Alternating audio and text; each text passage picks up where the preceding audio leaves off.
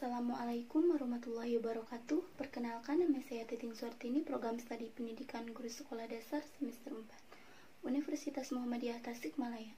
Dalam video ini, untuk memenuhi salah satu tugas mata kuliah Al-Islam dan Kemuhammadiyahan. Di sini, saya akan menjelaskan tentang paradigma Islam tentang ilmu pendidikan Islam.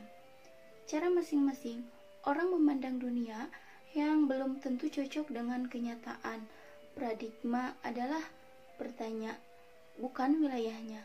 Paradigma adalah lensa kita lewat mana kita lihat segalanya, yang berbentuk oleh cara kita dibesarkan, pengalaman, serta pilih-pilihan.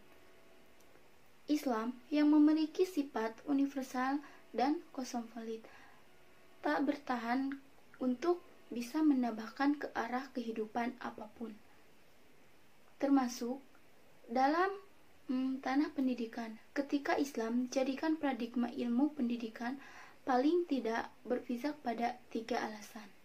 Yang pertama, ilmu pendidikan sebagai ilmu humaniora tergolong ilmu normatif karena ia terkait oleh norma-norma tertentu. Pada taraf ini, nilai-nilai Islam sangat berkompeten untuk dijadikan norma dan ilmu pendidikan. Yang kedua, alasannya adalah dalam menganalisis masalah pendidikan, para ahli selama ini cenderung mengambil teori-teori dan falsafah pendidikan Barat. Falsafah pendidikan Barat lebih bercocok sekuler yang memisahkan sebagai dimensi kehidupan, sedangkan masyarakat Indonesia lebih bersifat religius.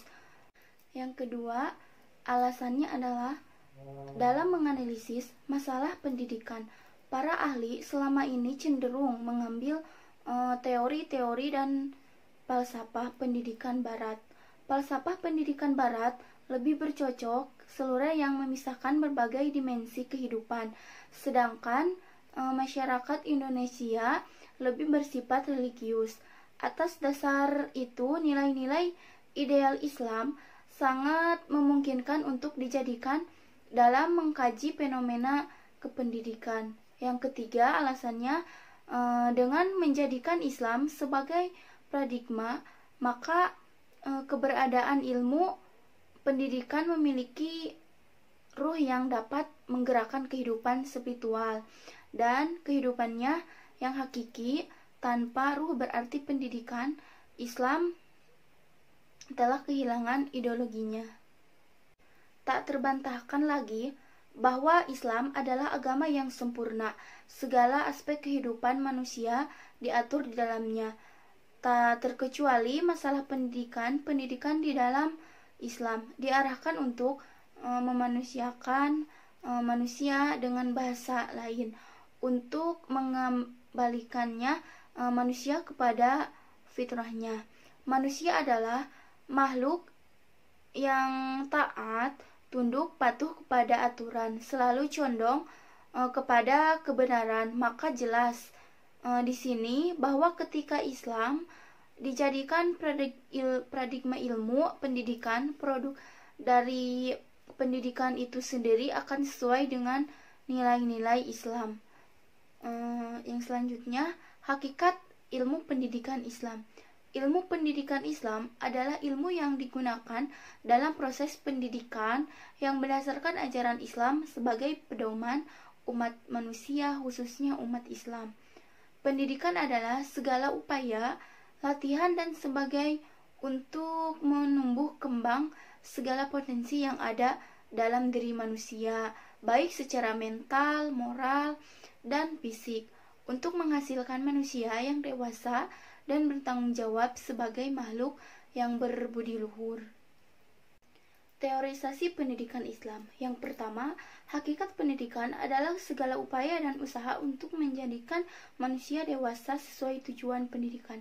Yang kedua, ajas pendidikan Islam adalah perkembangan dan pertumbuhan dalam berkehidupan yang seimbang dalam semua seluk-beluk kehidupan secara adil, merata, dan integral. Yang ketiga, modal dasar pendidikan Islam adalah kemampuan dasar untuk berkembang dari setiap individu sebagai karunia Tuhan. Yang keempat, sasaran pendidikan Islam adalah mengintegrasikan iman dan takwa dengan ilmu pengetahuan dalam pribadi manusia untuk mewujudkan kesejahteraan dunia akhirat. Yang selanjutnya, teori-teori pendidikan Islam. Teori pendidikan Islam merupakan teori yang berdasarkan pada prinsip-prinsip Qur'ani. Jadi, teori pendidikan Islam tidak akan bertentangan dengan hasil-hasil sains, bahkan dapat menerima dan memanfaatkan bagian-bagian dari sains bagi pelaksanaan operasional pendidikan. Teori sains bersifat deskriptif untuk membantu para pendidik dalam mengasuh siswanya, tetapi tidak dapat menjadi paradigma bagi teori pendidikan. Karena dalam pendidikan, teori tidak sekedar menerangkan bagaimana atau mengapa suatu peristiwa terjadi. Fungsi teori dalam pendidikan adalah menjadi petunjuk perilaku beserta didik dalam mengajar. Dalam pendidikan Islam, nilai-nilai Qur'ani merupakan membentuk elemen dasar kurikulum, dan sekolah berkepentingan membawa siswa-siswa agar mematuhi dasar. Menjalankan nilai-nilai tersebut, praktik perilaku yang harus dinilai para pendidik, dan dalam memberi nilai tidak bisa dibatasi pada penemuan-penemuan ilmiah.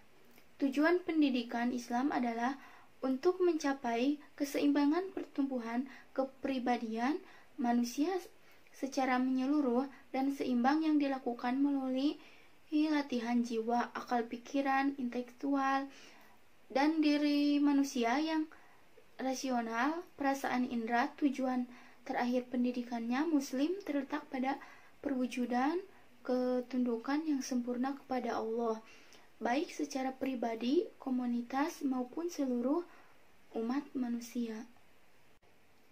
Yang selanjutnya, ayat Al-Quran dan hadis tentang ilmu pengetahuan. Quran Surat At-Taubah ayat 122. Dan tidak sepatutnya orang-orang yang mukmin itu semuanya pergi ke medan perang.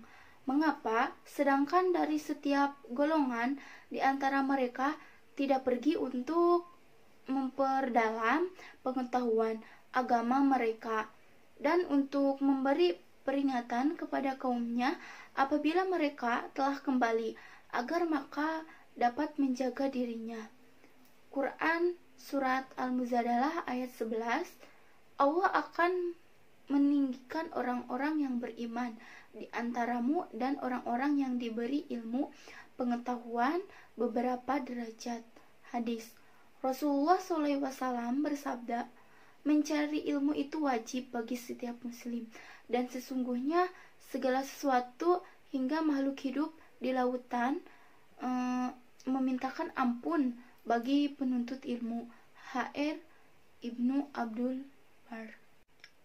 Dan barang siapa menempuh satu jalan, cara untuk mendapatkan ilmu, maka Allah pasti mudah baginya untuk menuju jalan menuju surga.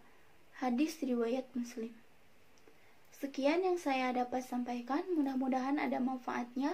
Terima kasih. Wassalamualaikum warahmatullahi wabarakatuh.